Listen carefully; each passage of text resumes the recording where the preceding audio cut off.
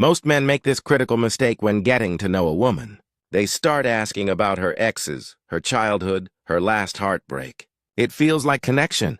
It sounds honest, but it's not what you think. The moment you ask those questions, she begins to edit. She puts a filter over the truth, not out of deception, but out of instinct. Because people don't just share to connect, they protect.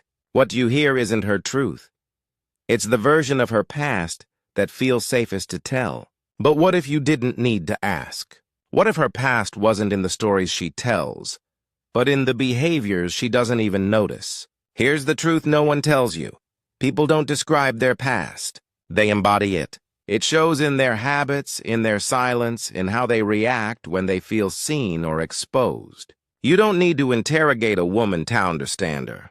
You just need to watch, because when you know what to look for, you'll see everything. Whether she's still carrying ghosts, still healing, or still stuck in a story that ended years ago. In this video, I'll break down exactly how to read those signs, decode their meaning, and most importantly, protect yourself from becoming another chapter in someone else's unresolved past. 1. Her relationship with attention. The social clues. If you want to understand her past, look at how she handles attention, especially from men. Not just when you compliment her. Watch how she walks into a room, how she posts online, how she talks about being noticed. Does she keep it casual and grounded? Or does she light up like someone starving finally getting fed? The frequency with which she brings up male attention without being asked isn't about ego. It's a signal. A woman who was once invisible, ignored in love, dismissed in childhood, often starts to measure her worth by how many men look her way. This isn't about vanity. This is about validation. There's a big difference between a woman who enjoys being admired and one who depends on it to feel alive. One is harmless, the other is dangerous. Because the moment your attention fades even briefly, she might search for it elsewhere. Not to hurt you, but because she's hooked on the feeling. This isn't disloyalty. It's an emotional dependency.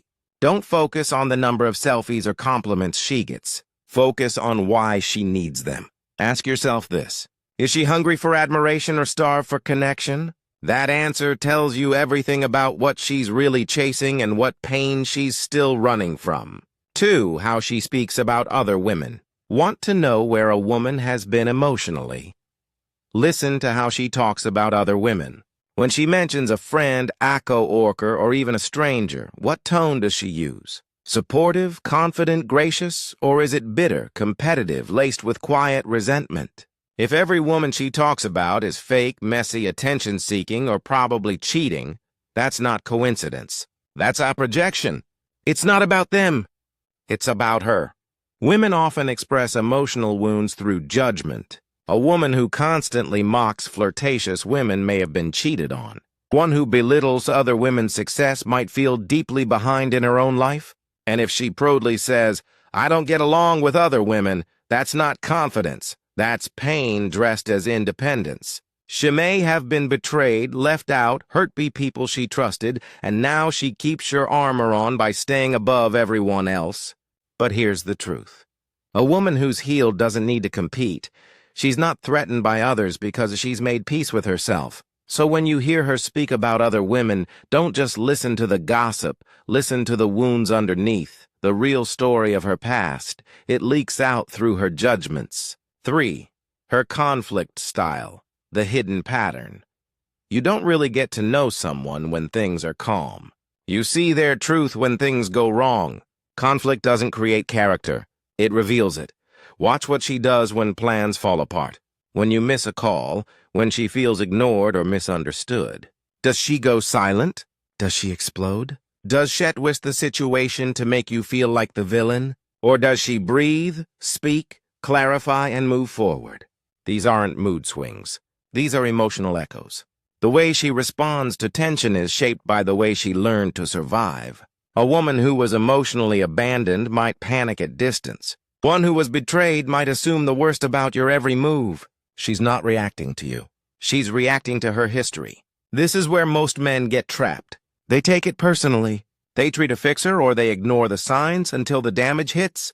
But your job isn't to repair old wounds. It's to recognize them and then ask, do you want to be part of her healing journey? Or are you stepping into a storm you never started?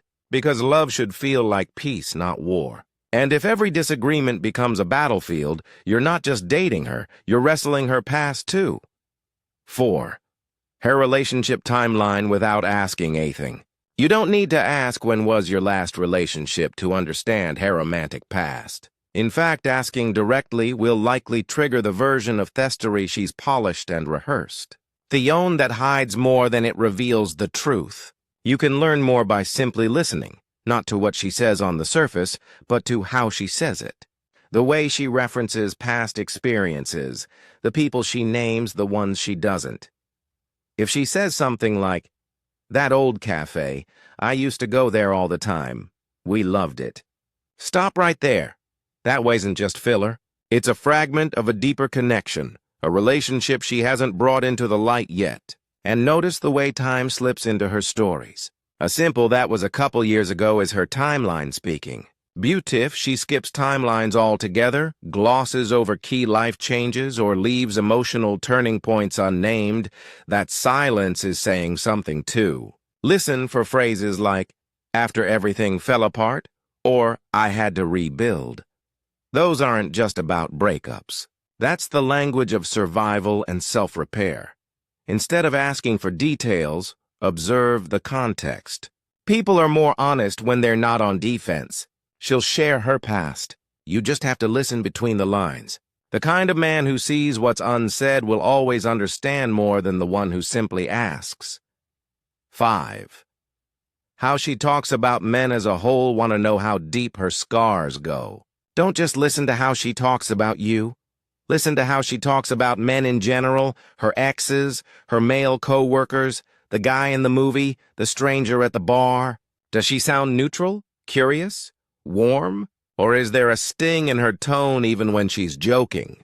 When she says, "men are all the same," is it playful or a pattern?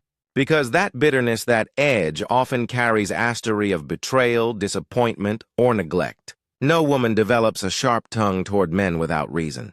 She didn't read it in a book. She lived it. And while she may laugh, flirt, and enjoy your company, now those beliefs don't vanish just because you're kind to her. If her foundation is built on the idea that men lie, leave, or let her down, those beliefs will eventually show up in how she relates to you, especially when the connection deepens. You might notice suspicion when you go quiet. Distance when you're actually trying to get closer. It's not moodiness, it's memory. Seeing this clearly doesn't mean judging her, it means knowing what you're stepping into. Is she ready to trust again? Or are you about to carry the emotional weight of every man who came before you? Because if she's still holding that weight, she may be expecting you to hold it next. 6. The way she speaks about her family. If you really want insight into how a woman forms emotional bonds, look no further than how she describes her family, especially her father. You don't need dramatic confessions. Just watch how her tone shifts when she mentions them. Does she light up or dim down? Does she brush it off with a whatever or speak with quiet pain-masked ass indifference? When she says, "Yeah, my dad was around, I guess," and ends with a shrug, that shrug is doing heavy emotional lifting. The father-daughter dynamic often creates the emotional blueprint she carries into adulthood. If she had to chase his approval, she may try to earn your love. If love was unpredictable at home, warm one day, cold the next, she may expect inconsistency from you, even if you've done nothing to cause it. But if she had stability, support, and consistent love, you'll often see it in her emotional calm, her communication, and her sense of trust. Her upbringing runs like background software. It doesn't announce itself, but it guides her every emotional reaction. Pay attention to how she talks about family holidays, childhood traditions, her relationship with her mother. Does she avoid, dismiss, or does she light up with nostalgia?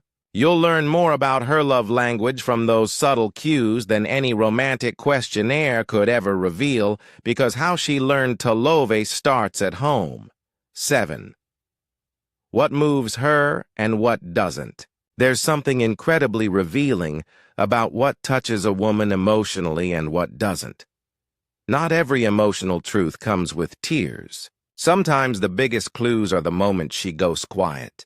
Like when a scene about abandonment in a movie suddenly shuts her down, or when she skips a song every time because it reminds her of a betrayal she won't speak about. Sometimes she overreacts to things that seem small, being excluded from a group or someone raising their voice. And that intensity isn't random, it's residue. It's her saying, "This already hurt once." On the flip side, if she seems cold to your vulnerability or shrugs off pain like it's no big deal, that too is a flag. Detachment isn't always maturity. Sometimes it's armor built in childhood and never taken off. You won't learn these truths by asking what makes you emotional. You'll learn by paying attention to the moments that break through her mask or when the mask becomes immovable. These reactions are emotional footprints, walking you back to a version of her you haven't met yet, and once